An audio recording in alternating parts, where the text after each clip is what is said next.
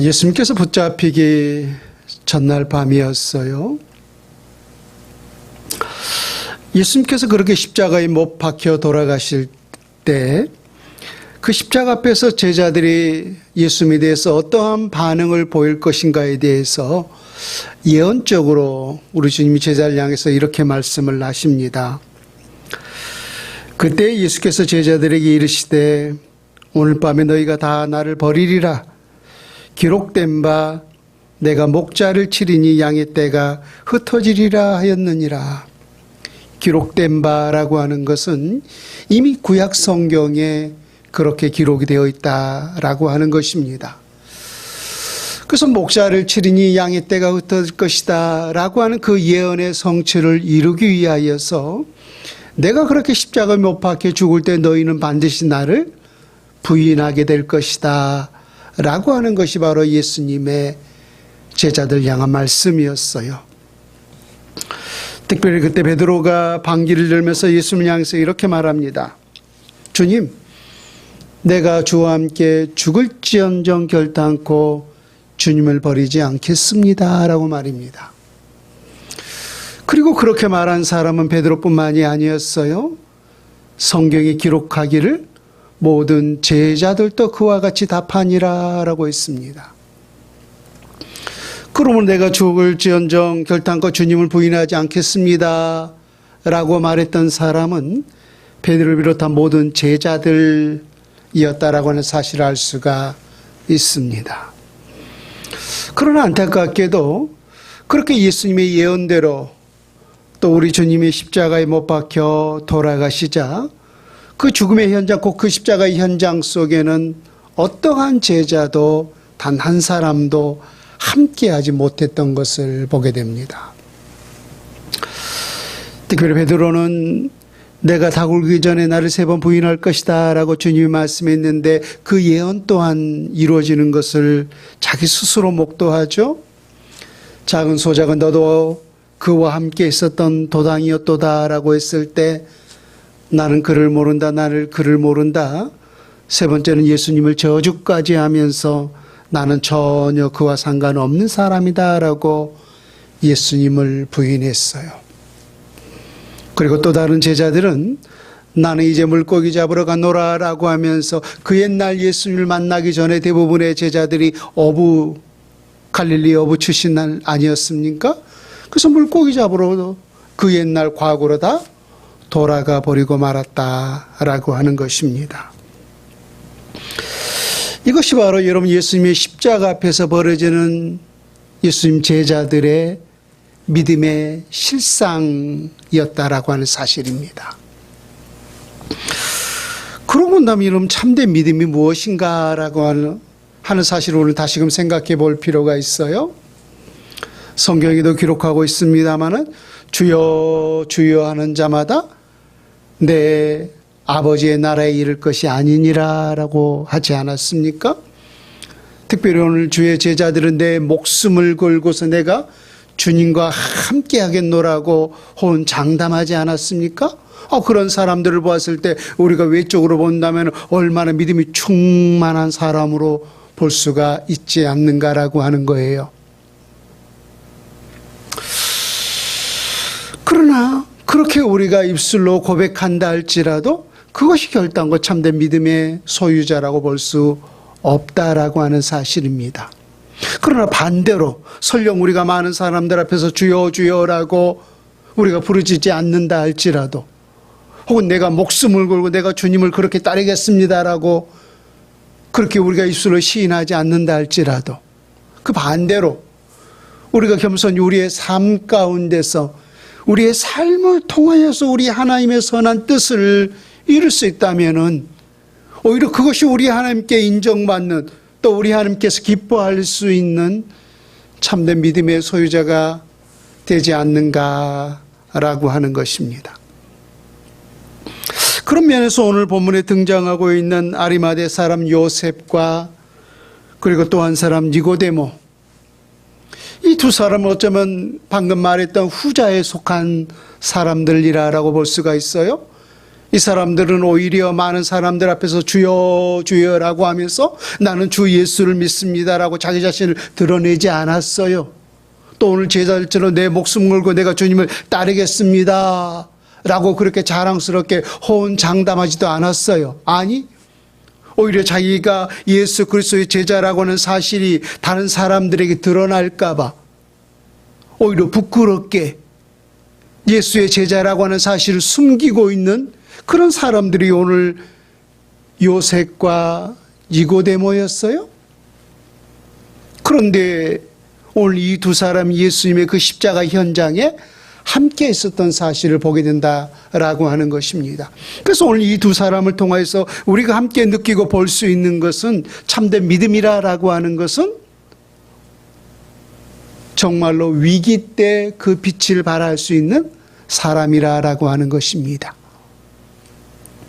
여러분, 평상시 때는 우리가 누가 좋은 믿음이고 누가 큰 믿음이고 누가 작은 믿음의 소유자인지 알 수가 없어요. 모든 것들이 다 평탄하고 모든 것들이 다 안전하고 고요한 가운데 뭐 다 좋은 믿음 같아요. 아멘 아멘 하고 예수여 찬양하고, 그래서 평상시 때는 누가 큰 믿음이고 누가 작은 믿음인지 알 수가 없다라고 하는 것입니다.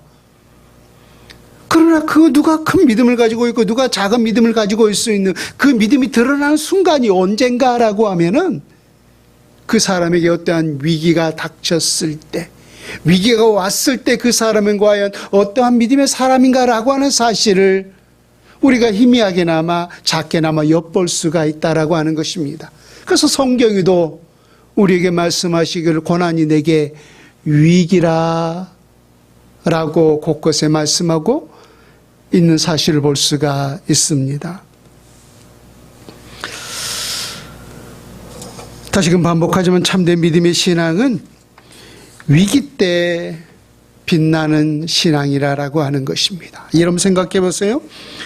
오늘 드러나 있는 12 제자들의 모습, 베드로, 안드레, 야고보, 요한을 비롯해서 그 12 제자의 모습과 또 오늘 아리마대 사람 요셉과 또 니고데모를 우리가 단순 비교해 보았을 때 많은 사람들에게 누가 더 알려져 있고 또 우리가 생각해 보았을 때 누가 더 존경스럽고 누가 더 큰 믿음의 소유자다라고 우리가 비교하고 평가할 수 있겠는가라고 하는 거예요.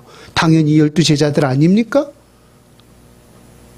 아까도 방금 말했듯이 오늘 요셉도 그렇고 니고데모도 그렇고 자기가 가지고 있는 그 사회적인 역량 때문에, 위치 때문에, 또 정치적인 그러한 위치 때문에 내가 예수의 제자라고 하는 사실을 두려워서 많은 사람들 앞에 숨기고 있는 그러한 모습이었어요. 그러나 12 제자는 어떻습니까?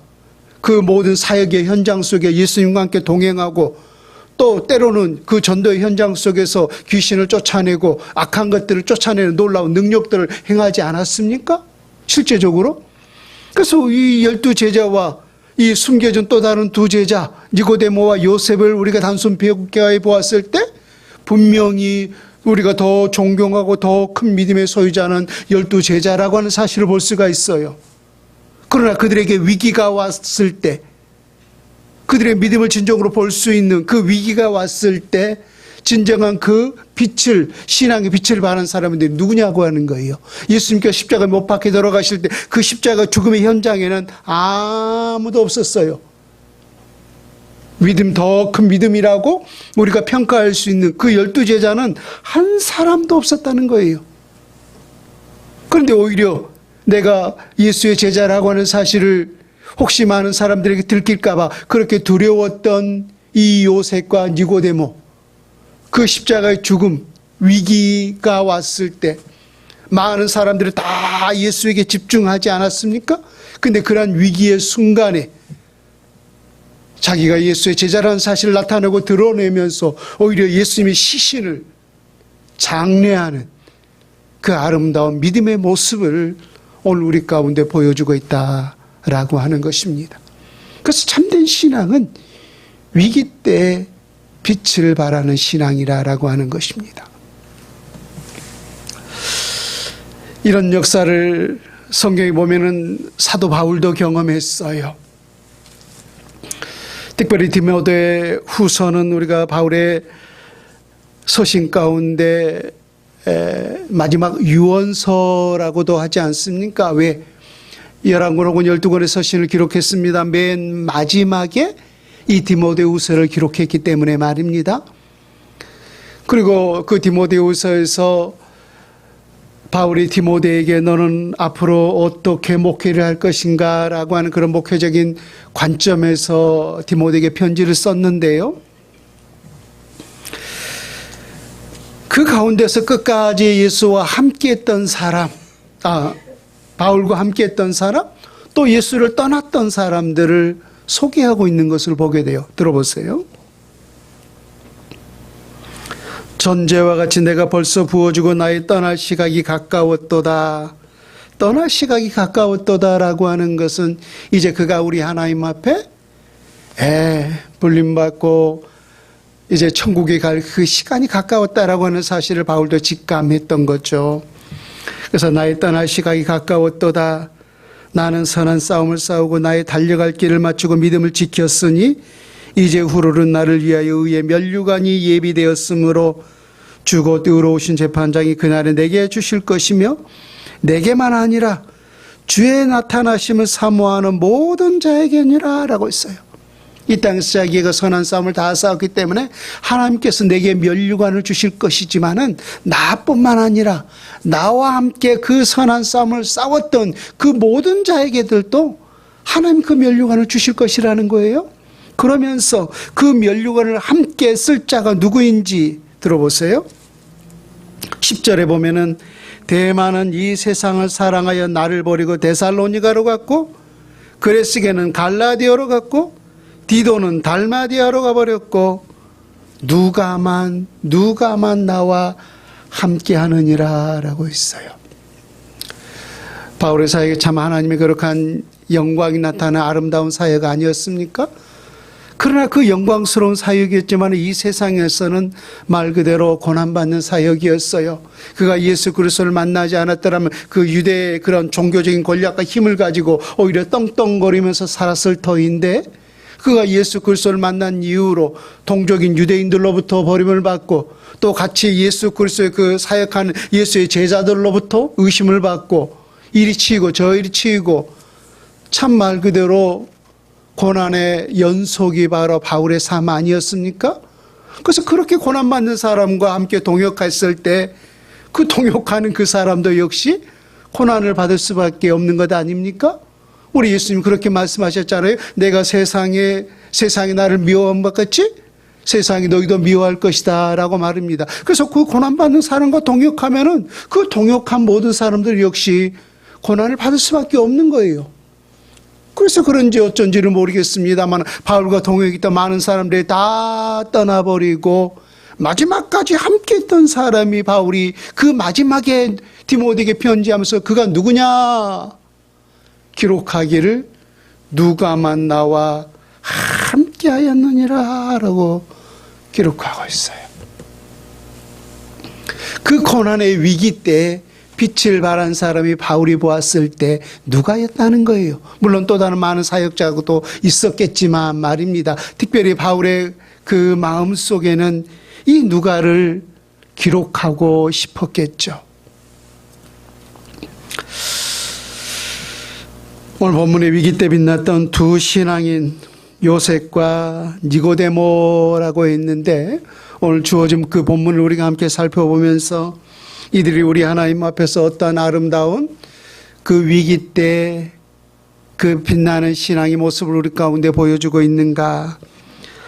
먼저 38절 말씀을 봅니다. 요한복음 19장 38절에 아리마대 사람 요셉에 대해서 기록하고 있는데요.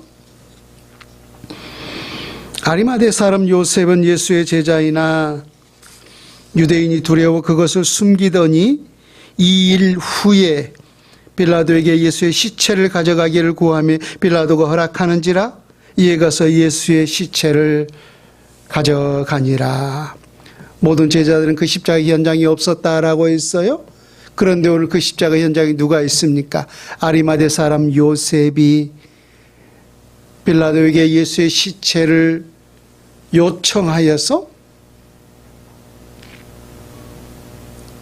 예수님의 장례를 치른 사람이 바로 아리마대 사람 요셉이었어요.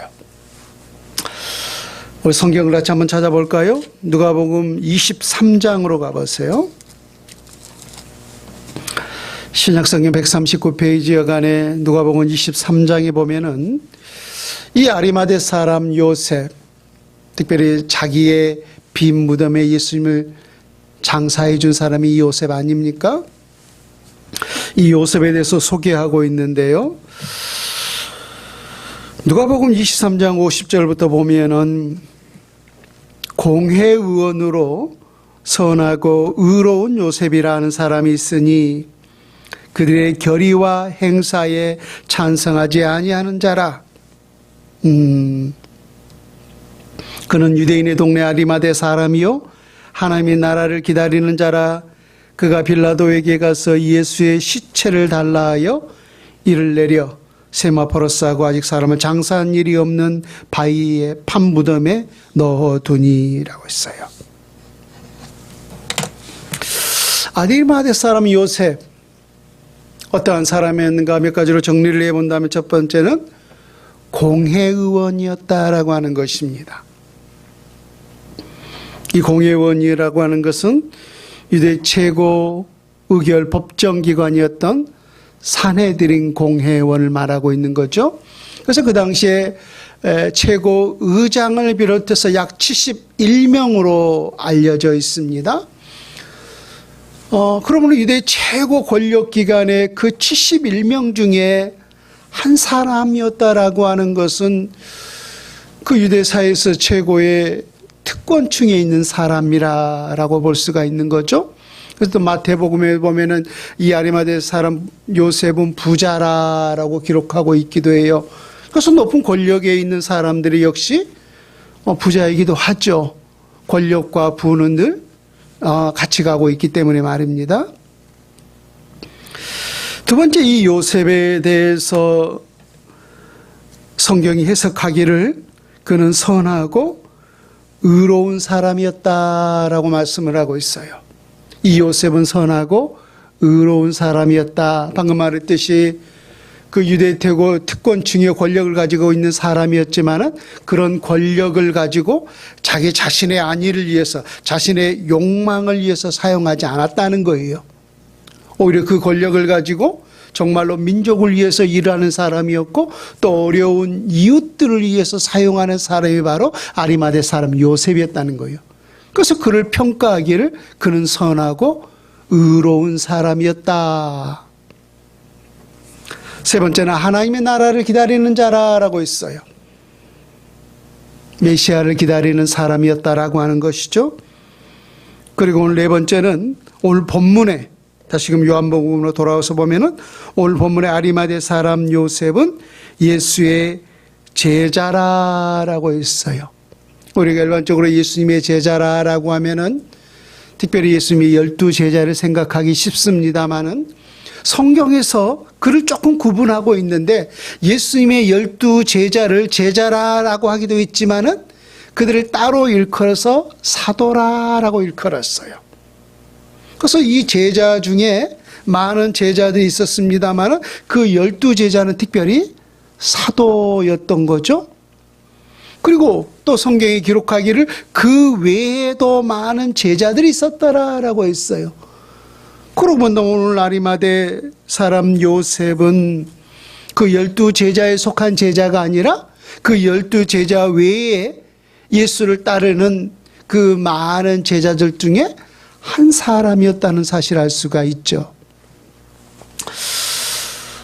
그럼에도 불구하고 이 아리마대 사람 요셉에 대해서 아쉬운 부분이 있다면은 오늘 보면 38절을 다시 보세요.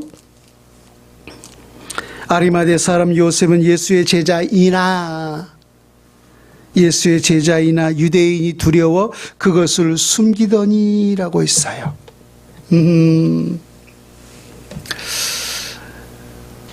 예수의 제자라는 사실을 알아요. 예수님도 알고 자기 자신도 예수 그리스도를 따르기 때문에, 그 가르침을 따르고 예수를 따르기 때문에 나는 예수의 제자라고 하는 사실을 알아요? 그런데 그걸 숨기고 있었다는 거예요. 그것을 숨기고 있었다는 거예요. 예수의 제자라고 하는 사실을 숨기고 있었다는 거예요. 마치 여러분들이 예수님의 나는 예수 그리스도의 제자입니다, 나는 하나님을 믿습니다 라고 말하지만은 많은 사람들에게 내가 그리스도인이라고 하는 사실을 숨기고 있듯이 말입니다. 여러분들이 그렇다는 것이 아니라, 예를 들어서 그러니까 숨기고 있다는 것은 뭔가 부끄러움이 있다는 것이고, 숨기고 있다는 것은 때로는 뭔가 두려움이 있다라고 하는 것이죠. 그것 자체가 자랑스러우면은 오늘 얼마인지 내세울 터인데, 예수의 제자라고 하는 사실을 밝힌다면은 그것 때문에 뭔가 부끄러움이 내게 있거나 아니면 그것 때문에 뭔가 두려움이 있기 때문에 감춘 것 아니겠습니까? 근데 오늘 아리마대 사람 요셉도 분명히 나는 예수 그리스도의 제자이나 그 제자라는 사실을 숨기고 있었다라고 하는 거예요. 근데 왜 그것을 숨기고 있었는가? 성경이 그 이유를 밝혀주고 있는데, 유대인이 두려워서 그것을 숨기더니라고 했어요. 유대인들이 두려웠기 때문에 예수의 제자라는 사실을 숨기면서 살아온 사람이 바로 아리마대 사람 요셉이었다는 거예요. 그럼 왜 유대인들이 두려워서 그것을 숨겼을까요? 우리가 그 정황을 생각해 본다면은 요셉이 왜 그럴 수밖에 없었는지 일면 이해가 가는 부분도 있어요. 우리가 지난 시간을 한번 생각해 본다면은 예수에게 어떠한 실제적인 죄가 있었나요? 하나님의 아들이라는 것 때문에 신성 모독자로다, 하나님을 모독하는 자로다라고 하지 않았습니까? 또 전혀 상관없는 민족을 반역하는 반역자다. 그렇죠? 자신을 왕이라고 섬기는 자를 석방한다면은 그렇게 주장하는 자는 뭐 가이사의 충신이 아니다라고 했나요? 그렇게 우리 그런 사실을 보았을 때 예수를 민족의 반역자로 몰았고, 또 종교적으로는 신성 모독자로 몰았어요. 모든 유대 사람들이. 근데 그 유대인들을 두려워라고 했는데 그 실제적인 유대인들이 누구예요? 평민들이 아니잖아요. 예수를 십자가에 못 박으소서, 예수를 십자가에 못 박으소서라고 많은 백성들을 선동했던 자들이 누구예요? 요즘 정치가 뭐 선동 그런 말들이 많이 나오는데, 대제사장을 비롯한 종교 권력자들 아닙니까? 근데 그 종교 권력자들이 실상 누구예요? 다 아까 말했듯이 아리마대 사람 요셉도 사내들인 공회원이라고 있잖아요. 그래서 그 71명에 속한 모든 사람들이 대제사장을 비롯한 종교 권력자들이 다 그 부류들이에요. 그 부류들. 그런데 그 71명 가운데 대부분의 사람들이 다 예수를 어떻게 지금 몰고 있어요? 신성 모독자다, 민족의 반역자다, 그렇게 손가락질하고 있는데 자기 혼자 반기를 들면서 난 예수님의 제자입니다, 그렇게 쉽게 자기 자신을 예수의 제자라는 사실을 나타내고 드러낼 수가 있었겠는가라고 하는 거예요. 그래서 자기가 처해져 있는 그 사회적인 위치 때문에, 자기에게 있는 그 권력 때문에 예수의 제자라고 하는 사실을 숨기면서 이제까지 살아왔던 거예요. 이것이 아리마대 사람 요셉의 모습이에요. 그러나 그렇게 살아왔던 신앙이었지만은 자기의 스승 예수께서 진짜로 그 위기 때 십자가에 그렇게 못 박혀 돌아가시자 그 위기의 순간에서는 내가 예수 그리스도의 제자라는 사실을 오히려 나타내고 드러내면서 많은 사람들이 막 그렇게 손가락질하고 예수를 죽여 하는 그 상황 속에서 예수의 편에 서서 오히려 그 시신을 빌라도에게 요청하여서 예수님의 시신을 장례했던 거예요. 여러분 생각해 보세요. 많은 사람들이 다 그렇게 신속모독죄로 몰고 또 민족의 반역죄로 몰고 그러고 있는데 그 시신까지라도 어떻게 생각하겠어요? 정당하게 장사를 지낼 수가 없는 상황이었던 거죠.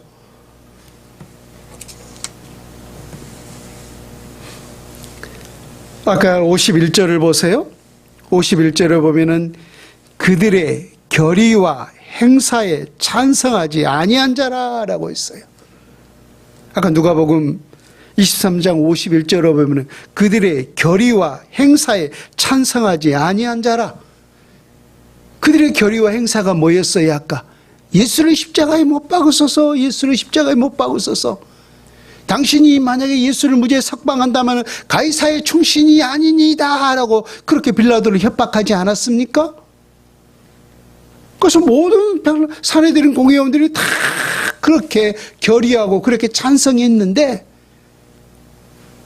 그들의 결의와 행사에 찬성하지 아니했던 거예요. 위기 때 자기의 강단을 보여준 사람이 바로 아리마대 사람 요셉이었던 것입니다.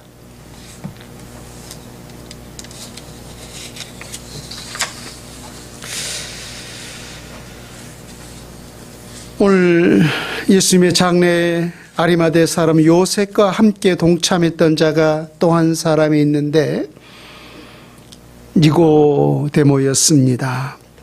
이어지는 본문 39절과 40절 말씀을 볼까요? 요한복음 19장에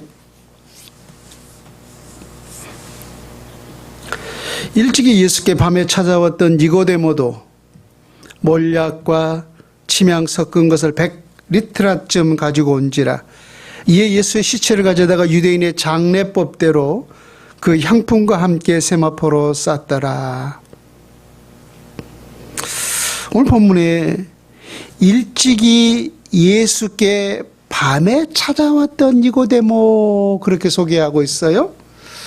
혹시 이 장면이 어디에 기록되어 있는지 기억나십니까? 요한복음 3장에 기록되어 있어요. 이 니고데모와 요한복음 3장에서 예수님과의 주된 주제가 중생, 곧 거듭남에 대한 이야기였죠. 우리 예수님께서 사람이 거듭나지 아니하면 결단과 하나님 나라에 이를 수 없느니라 라고 했더니 이 니고데모가 대답하기를 선생님 어떻게 사람이 어머니 뱃속에 들어갔다가 다시 또 나올 수가 있습니까? 예수님의 그 거듭남을 예수 안에서 새롭게 태어나는 그 거듭남을 예수와 함께 죽고 예수와 다시 사는 그 영적 중생의 거듭남을 이해하지를 못하고 어떻게 다시 부모님 뱃속에 들어갔다가 또 나올 수 있습니까? 그걸 육으로 생각했던 자가 바로 지난 요한복음 3장에서 니고데모였음을 알 수가 있습니다. 그런데 오늘 본문에도 일찍이 예수께 밤에 찾아왔던 니고데모라고 있는데 그때 니고데모가 예수님을 찾아왔는데 그 찾아온 경점, 그 시간을 기록하고 있는데 언제 찾아왔다라고 기록하고 있어요. 밤에, 한밤중에 아무도 눈에 띄지 않는 깜깜한 밤중에 누가 볼까 두려워서 가만히 예수님을 찾아왔던 자가 바로 니고데모였어요. 왜 그가 그 깜깜한 밤중에 예수님을 찾아왔을까요? 똑같아요. 누구랑? 아리마대 사람 요셉하고 똑같아요. 그때 여러분 기억하십니까? 니고데모도 사회적으로 대단한 권력자, 부자, 힘 있는 자라고 있어요. 이 아리마대 사람 요셉도 사내들인 공회원이었듯이 오늘 이 니고데모도 유대 최고의 권력기관, 엘리트 기관이었던 사내들인 공회원 중에 한 사람이 바로 니고데모였어요. 그때를 우리가 한번 생각해 봐요.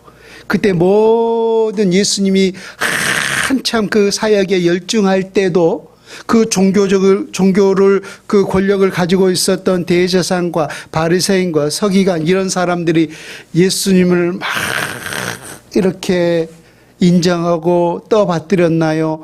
아니면 저 자식 저거 어떻게 죽일까 하면서 항상 예수님을 적대시 대했나요?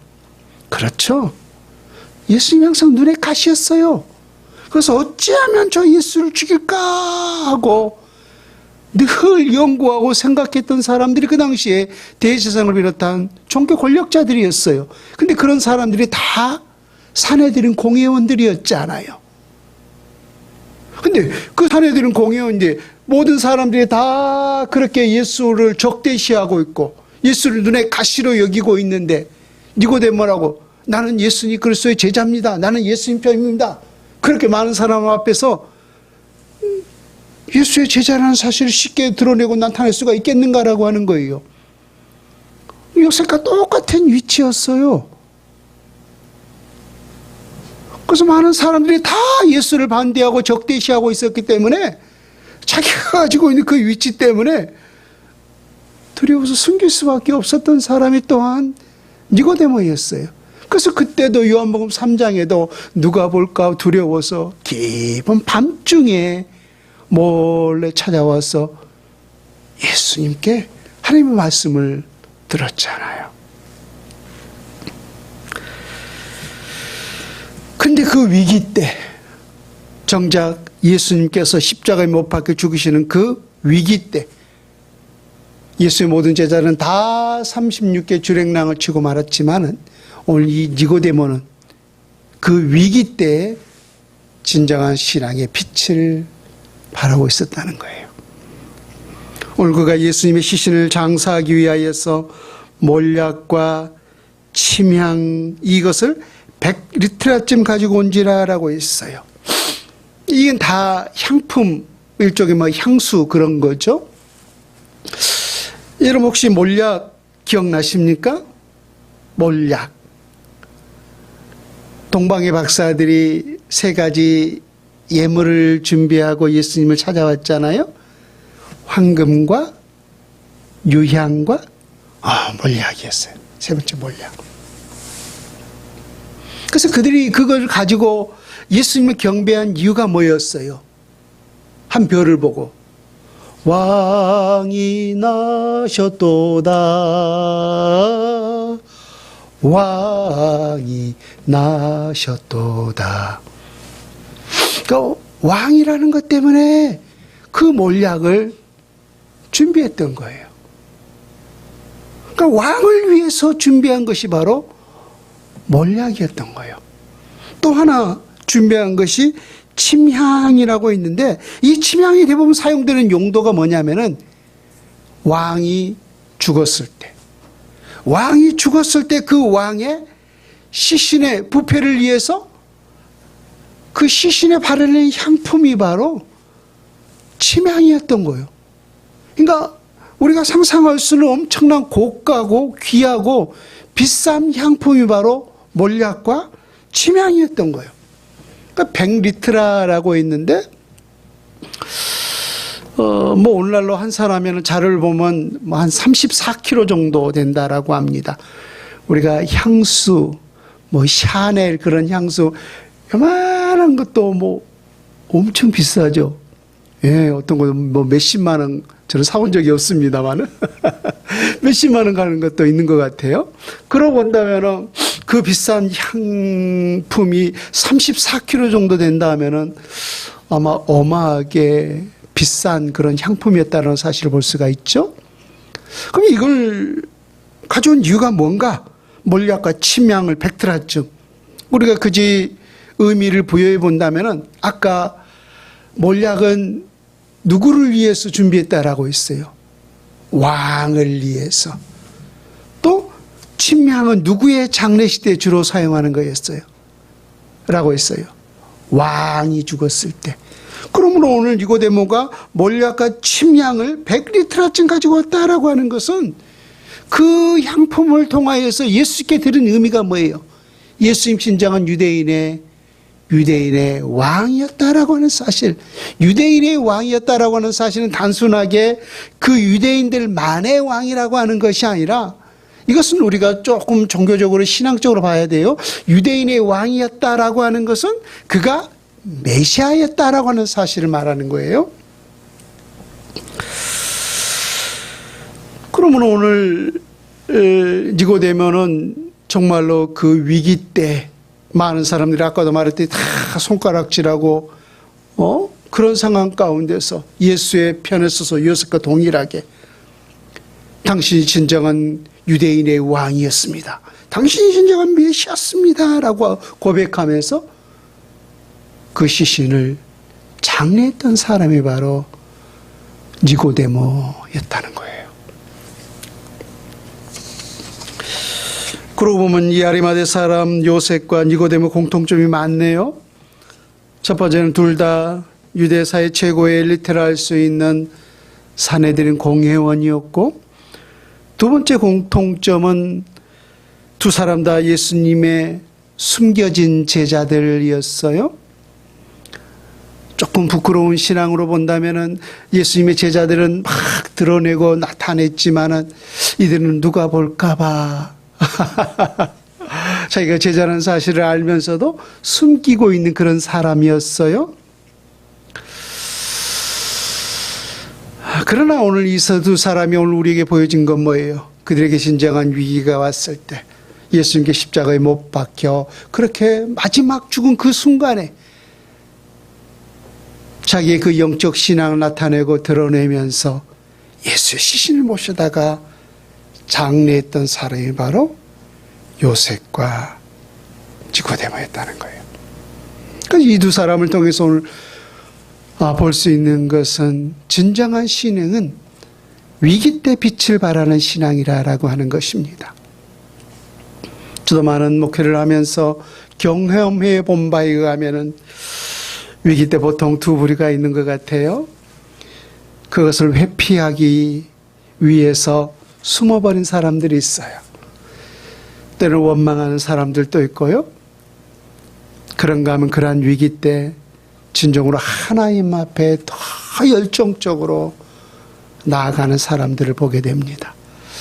저는 여러분들이 그 후자에 속한 사람이 될 수 있기를 주님의 이름으로 축원합니다.